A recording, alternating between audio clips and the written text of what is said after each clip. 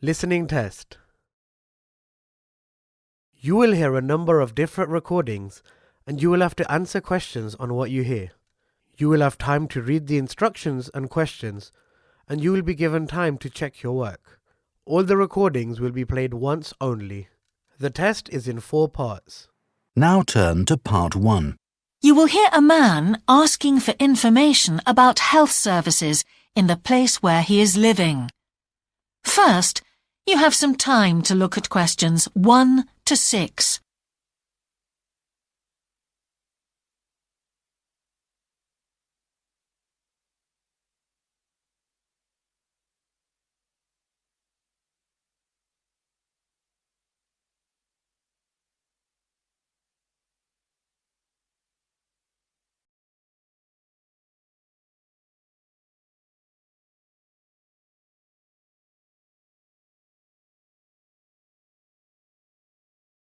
Now we shall begin. You should answer the questions as you listen, because you will not hear the recording a second time. Listen carefully and answer questions 1 to 6. Can I help you? Yes, I've just moved to this area with my wife and children, and I'd like to know where we can all register with a doctor at a health centre. Oh, OK. Well, there's Dr. Green at the Harvey Clinic. We always recommend her for babies because she's very good with them and she runs a special clinic. Oh, actually, my youngest child is 5, so that wouldn't be any good for us. Right. Is there anywhere else I could try? Yes, the Eshcol Health Practice is the next one on my list. How do you spell that? Eshcol. And it's Dr. Fuller who has space on his list. The clinic only opened a year ago, so the facilities are all very modern. That sounds good. And it's particularly good if you're busy during the day because they also do appointments in the evening. They're closed on Saturday, though. The only other place on the list is the health centre on Shore Lane. You can register with Dr. Gormley. That's Gormley. He's new there, but the centre has a very good reputation. Oh, yes. I think I know the road. That would be the best one. Thanks. Could you tell me, will all their services be free? There are usually some small charges that doctors make. Let me see what it says about the Shore Lane Centre. If you need to be vaccinated before any trips abroad, you won't have to pay for this. What else? The Sports Injury Treatment Service operates on a paying basis, as does the Nutritional Therapy Service. Some health centres do offer alternative therapies like homeopathy as part of their pay-to-use service. Shore Lane are hoping to do this soon. I think they may start with acupuncture. Oh. And finally, if you need to prove you're healthy or haven't had any serious injuries before a new employer will accept you, you can get a free fitness check-up there. But you'd most likely have to pay for insurance medicals, though. OK, thanks.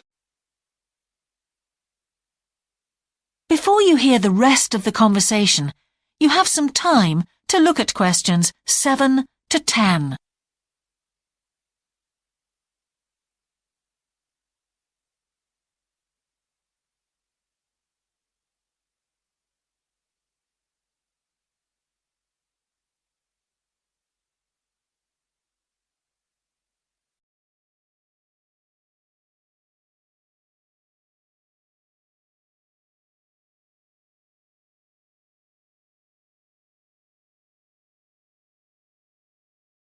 Now listen and answer questions 7 to 10.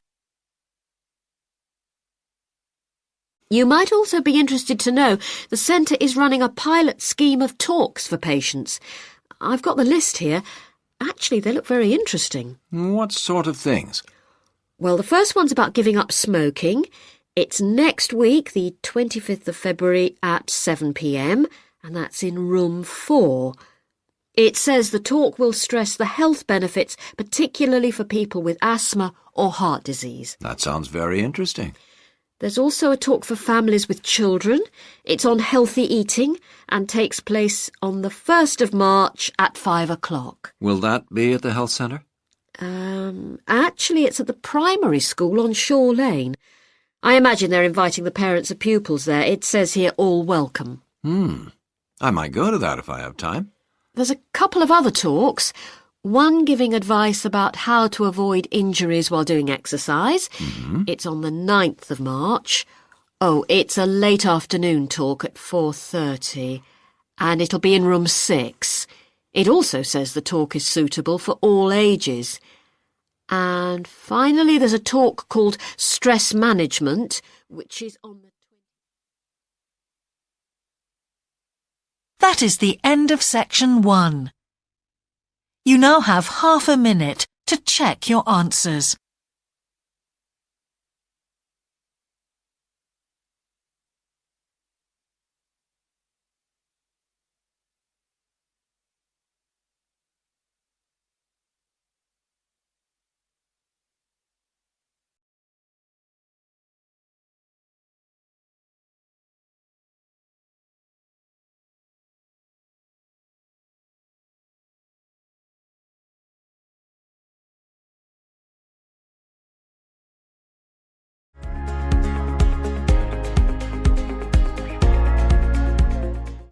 Part 2. You will hear a man who owns a holiday home talking on the phone to a woman who is staying there. First, you have some time to look at questions 11 to 13.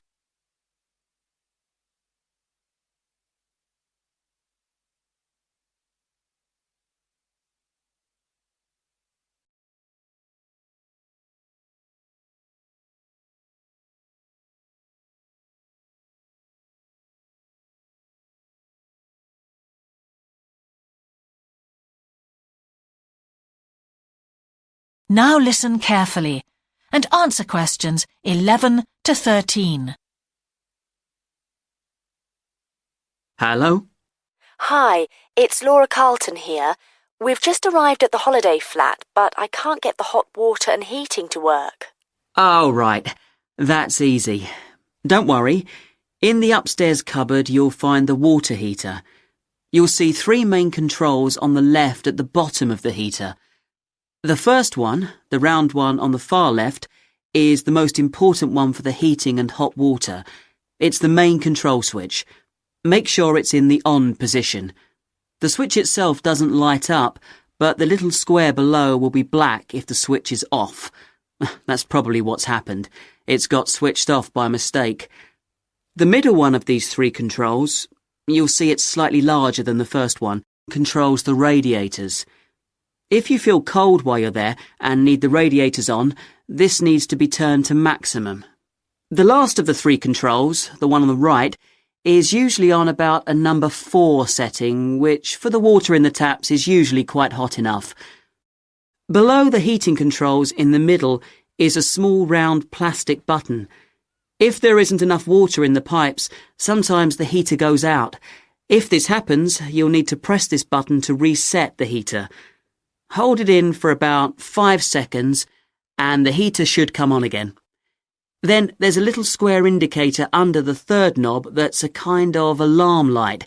It'll flash if you need to reset the heater. It sounds complicated. I'm sure you won't have any problems with it. There should be some more instructions on the side of the heater. Call me back if you can't make it work. OK. Before you hear the rest of the conversation, you have some time to look at questions 14 to 20.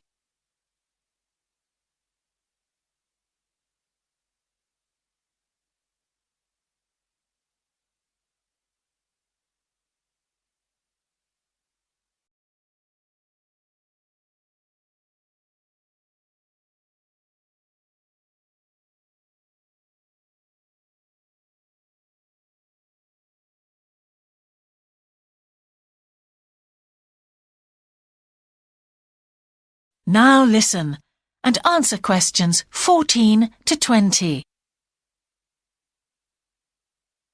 While you're on the phone, we haven't managed to find a few things we need, like extra pillows for the beds and some washing powder. Is there any here? Pillows, yes. If you look in the cupboard, the large white one upstairs, to the left of the bathroom door, there should be 4 or 5 on the top shelf. And if you want to do some washing, there's some powder for that, probably by the back door. There's a kind of shelf there above the sink. In fact, I'm sure there's some there in a large blue box. You need about half a cupful for each wash. Oh, and that reminds me. The spare key to the back door is hanging on a hook on the wall by the sitting room window. Please make sure to put it back when you've used it. The previous guest lost it in the garden and I had to get another one made. And if you have any trouble with the lamps, you'll find some spare bulbs in a large cardboard box. It's on top of the washing machine with all kinds of useful things in it. Oh, and another thing I forgot to mention when we last spoke. Yes? I've left you a local map, so you'll be able to find your way around easily. It shows the whole area. I put it in the top drawer of the chest under the TV in your bedroom. There's a whole file of local information in there too. Thanks. What about visiting the town? Can you give us any advice? Yes. You'll need to take the car. It's too far to walk from the flat, really. You have to pay to leave your car in all the car parks now, I'm afraid. I like the one that's by the station best, and you can walk to the town centre from there in 5 minutes. That's where all the best restaurants are. But if you want a takeaway, the Italian one does really good pasta and pizzas. Call 732281 for that one, or 766119 for the Chinese. They're both good, and they'll both deliver to the flat. As for places to visit, yes, do go and see the Railway Museum. The exhibition is small, but really good. It gets very crowded on Sundays, so I suggest you visit it on a quieter day, later in the week, but not on Thursdays, which is market day. You won't find anywhere to park, and it's also the only day of the week when they're not open. Anything else? Not for the moment. Thanks. That is the end of section 2. You now have half a minute to check your answers.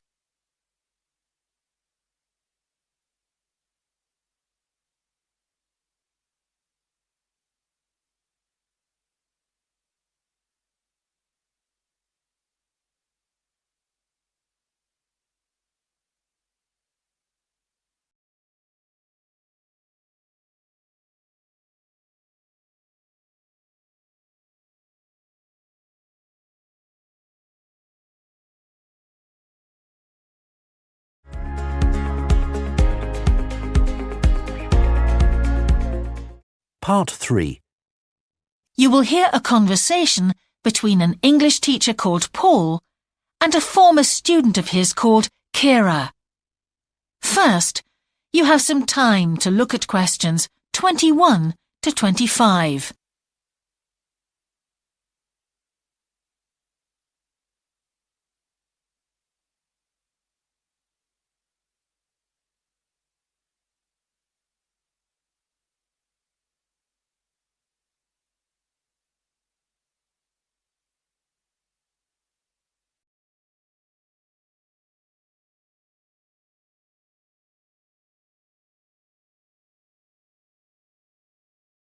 Now listen carefully and answer questions 21 to 25.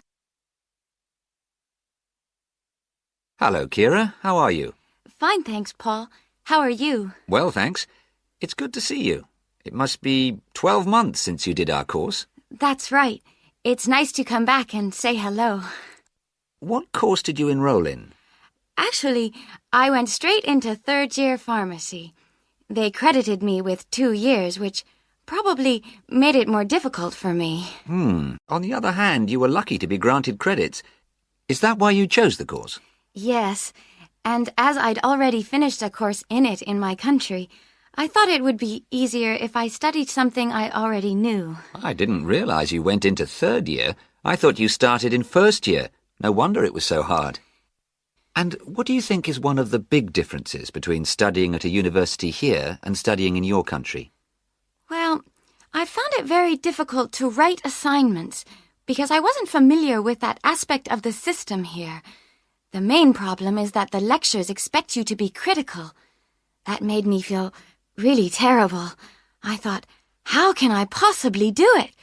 How can I comment on someone else's research when they probably spent 5 years doing it? I think a lot of people who come from overseas countries have similar problems.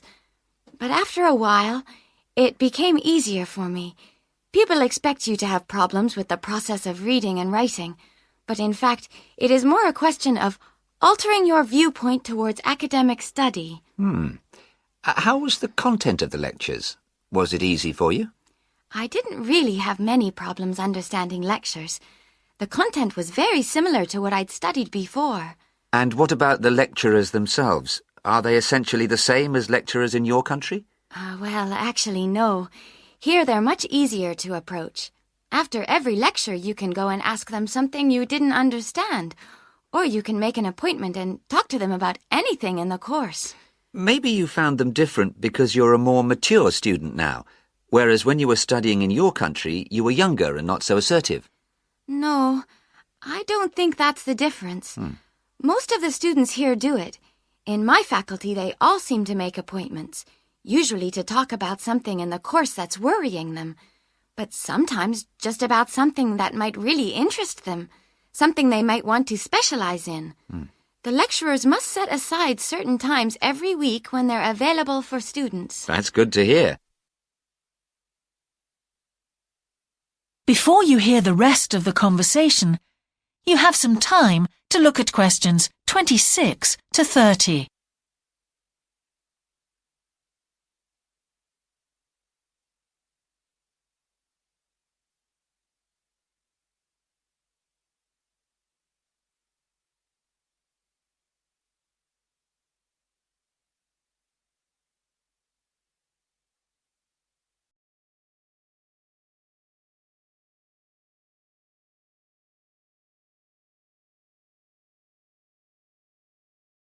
Now listen and answer questions 26 to 30. And how was your timetable? Was it a very busy year? Oh, very, very busy. They make you work very hard. Apart from lectures, we had practical sessions in a lot of subjects. We did these in small groups. I had to go and work 4 hours every week in a community pharmacy. Actually, I enjoyed this very much, meeting new people all the time. Then in second semester, we had to get experience in hospital dispensaries. So every second day we went to one of the big hospitals and worked there. And on top of all that, we had our assignments, which took me a lot of time. Oh, I nearly forgot. Between first and second semesters, we had to work full-time for 2 weeks in a hospital. That does sound a very heavy year. So, are you pleased now that you did it? Do you feel some sense of achievement? Yeah, I do feel much more confident, which I suppose is the most important thing. And have you got any recommendations for people who are studying from overseas? Well, I suppose they need very good English. It would be much better if they spent more time learning English before they enter the university, because you can be in big trouble if you don't understand what people are saying and you haven't got time to translate. Anything else? Well, as I said before, the biggest problem for me was lack of familiarity with the education system here. It sounds as if it was a real challenge. Congratulations, Kira. Thanks, Paul. That is the end of section 3. You now have half a minute to check your answers.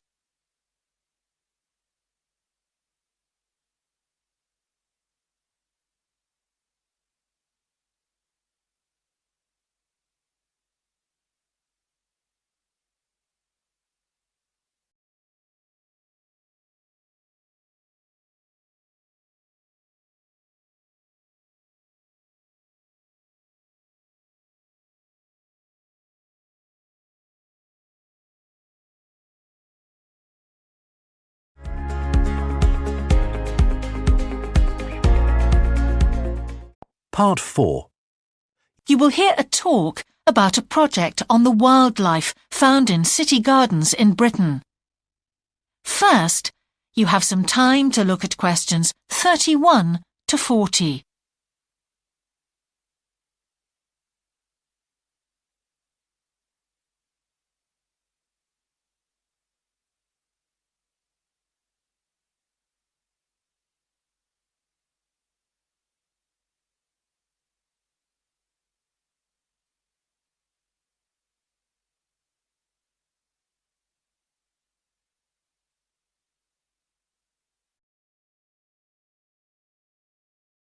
Now listen carefully and answer questions 31 to 40.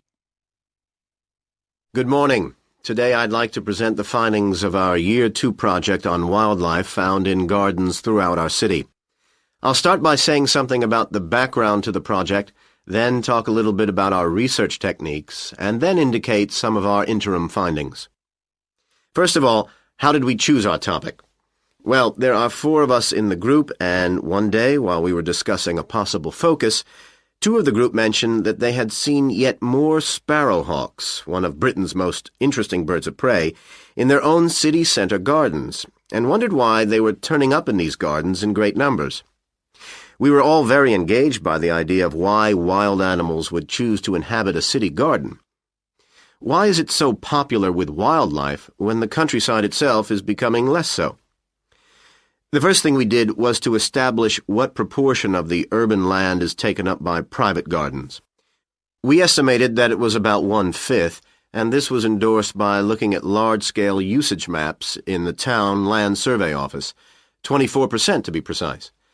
Our own informal discussions with neighbors and friends led us to believe that many garden owners had interesting experiences to relate regarding wild animal sightings. So we decided to survey garden owners from different areas of the city. Just over 100 of them completed a survey once every 2 weeks for 12 months, ticking off species they had seen from a pro forma list, and adding the names of any rarer ones. Meanwhile, we were doing our own observations in selected gardens throughout the city.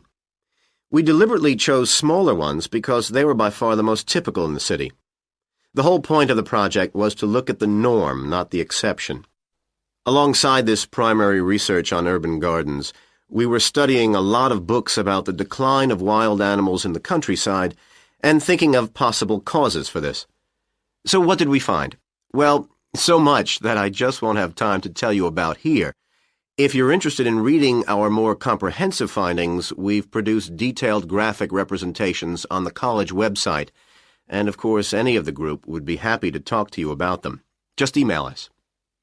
What we've decided to present today is information about just 3 species because we felt these gave a good indication of the processes at work in rural and urban settings as a whole.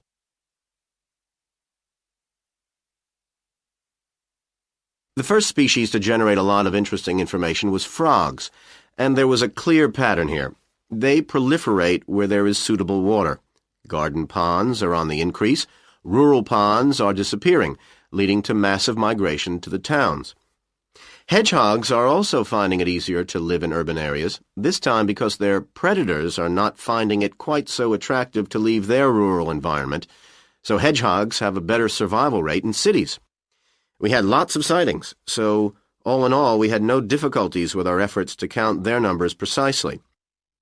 Our final species is the finest of bird singers, the song thrush. On the decline in the countryside, they are experiencing a resurgence in urban gardens because these days gardeners are buying lots of different plants, which means there's an extensive range of seeds around, which is what they feed on. Another factor is the provision of nesting places, which is actually better in gardens than the countryside. Hard to believe it, but it's true. Incidentally, we discovered that a massive new survey on song thrushes is about to be launched, so you should keep an eye open for that.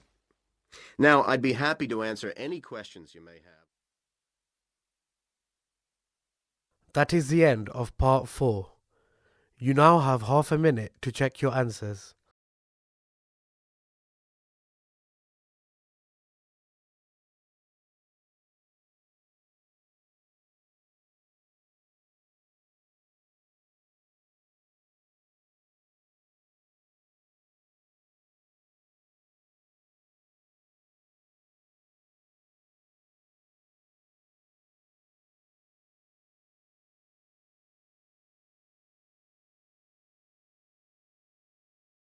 That is the end of the listening test.